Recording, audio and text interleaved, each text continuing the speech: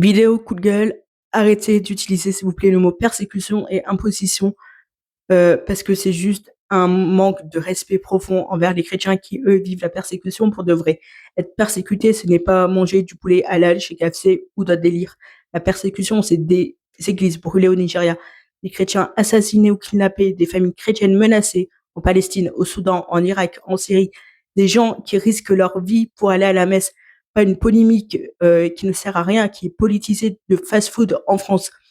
Quand l'islam est imposé, ce n'est pas une question, encore une fois, de viande, c'est de ne pas pouvoir se convertir, ne pas pouvoir afficher sa foi, risquer la prison et même la mort pour être chrétien.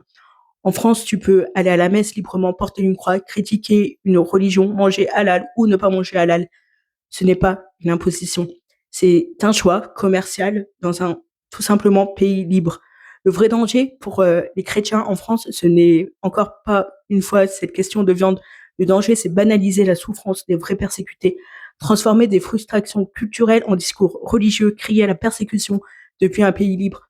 Dans Romains 12, 15, c'est écrit pleurer avec ceux qui pleurent, pas finalement avec ceux qui fantasment la souffrance. Quand une religion est réellement imposée, ce n'est pas symbolique. C'est quand on ne peut pas changer de religion, quand on ne peut pas aller à la messe, quand on risque des violences pour sa foi.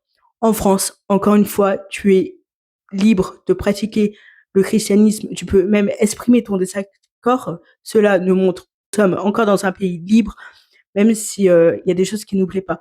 On a le droit aussi d'être mal à l'aise, on a le droit de ne pas être d'accord, mais gardons des mots justes, par respect pour ceux qui souffrent vraiment.